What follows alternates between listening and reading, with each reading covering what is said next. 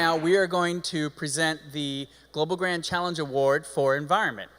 To help frame this a little bit, I'm going to remind us all of how Singularity University describes the end state objective of when we know that we have solved the environmental challenge. For the environment, it is to create a world with sustainable and equitable stewardship of the Earth's ecosystems for optimal functioning both globally and locally. Sounds easy enough, huh? Not. In fact, we're doing a terrible job. In fact, of all the global grand challenges, when I look at the environment, I can see us making progressively worse conditions in our environment right now. This month, this year, was the warmest ever on record ever since we kept records in the 1800s due to greenhouse gases. We have incredible biodiversity loss. Since 1970, we've lost 52% of our biodiversity. Our oceans are warming and acidifying. Our coral reefs are bleaching, which undermines the very basis of life and therefore our agriculture and economic systems. And yet at the same time, we have amazing examples of exponential technology, which is helping us. Whether that be for the species loss, some people working on de-extinction by cloning and bringing back some species. Although I'm not quite sure we want to rely on that. Better that we preserve the species that we have. Also in that realm is geoengineering for combating climate change. Although there too, I'm not sure that we want to deal with systemic level changes on our environment when we're not even sure how our complex environmental systems work. But we have incredible access to new data. We live in a quantified planet era where whether it be through satellites or through sensors, we have incredible new opportunities to monitor what we're doing. So it's my pleasure right now to introduce one of our development organization partners from the Worldwide Fund for Nature, Marcela Navarro. Thank you, Nick. Well, probably there's no need for me to, with my chit-chat page in here, to repeat what Nick just said, why WWF and why WWF-X is here. We believe that impacts require action. Vision starts with action, and there is this lack of action that is creating this big inertia and this big element of not progress in humanity that is creating chaos, is creating problems, is creating inertia again. So why are we here? Why WWF-X? So WWF-X is a satellite program of WWF that hopes to address and help transform 10 industries in the next 10 years through helping value chains at a corporate level and at an industry level. What we want to do is to accelerate access to finance to innovators, access to innovation to corporations, and access to markets to innovators. And we believe that action is required, and not the idea of exponential change. It would be stronger than exponential change itself. So there's no need for us to say, how can we help to bring this united conversation, to bring action into execution, to be bold and brave, to have the elements of corporation requirements, to understand the risk of corporates, to understand the limitations of SMEs and innovators to access corporate procurement. But we believe in WWF-X that without scale, without procurement, without the mobilization of resources and the united language for impact and for exponential impact, there's not going to be change, and there's not going to be movement and progress in this world. So I'm delighted to be here. We were very lucky to be judging one of the best categories as well. And we believe that together we can take action, we can address vision, and we can get exponential happening. Thank you very much.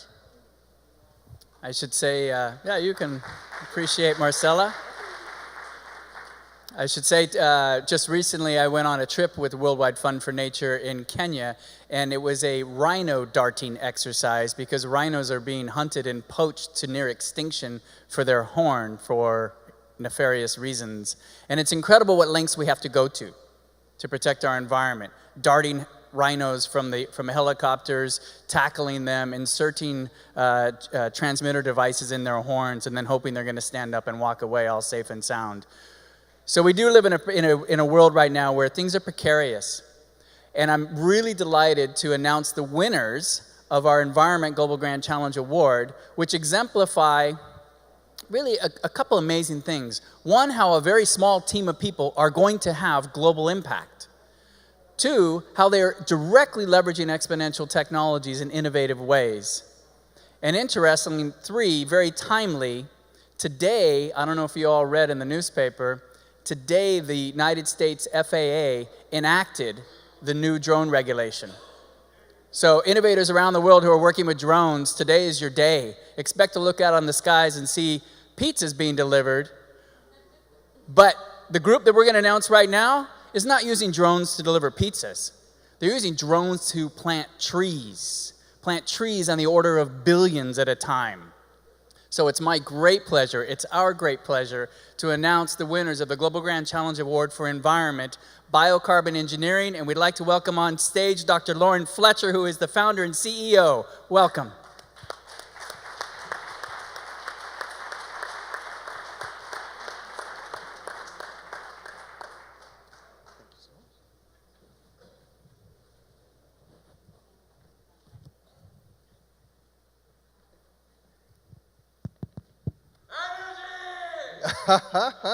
My favorite Martian.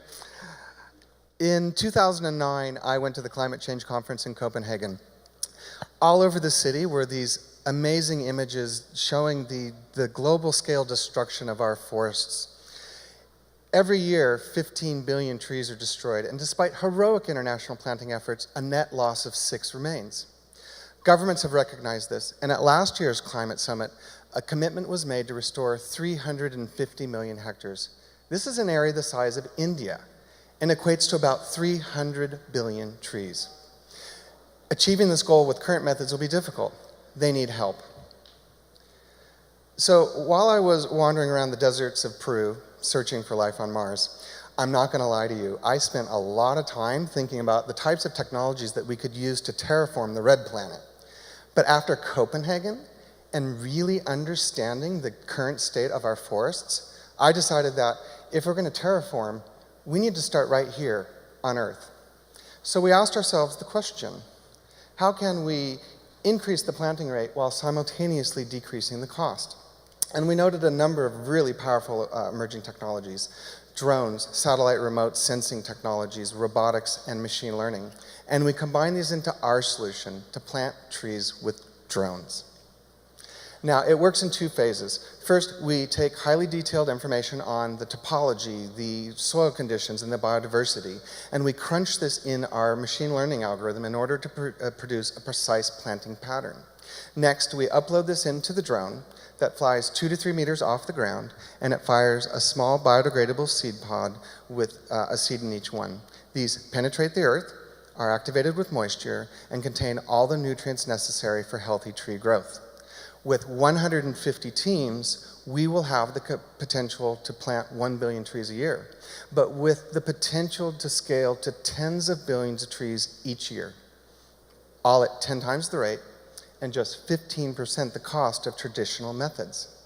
Now, we've had a number of series of tests in the field and laboratory conditions where we have demonstrated growth for a number of boreal and tropical species. Now, as the UN has noted, through the Sustainable Development Goals, the positive social and environmental impacts of planting trees at this scale are enormous. Clean water, soil production, disaster resilience, and downstream increases in agricultural productivity, as well as massive social uplift through local job creation. For every dollar invested in reforestation, $2.50 are generated in downstream income and benefits. So we expect to double the daily income of millions of families in the lowest economic brackets around the world. My name is Lauren Fletcher, and we at Biocarbon Engineering invite you to join us as we change the world 1 billion trees at a time.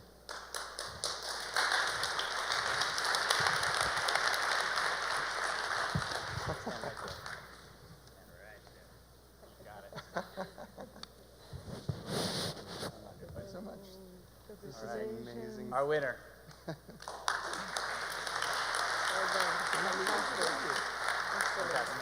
Amazing.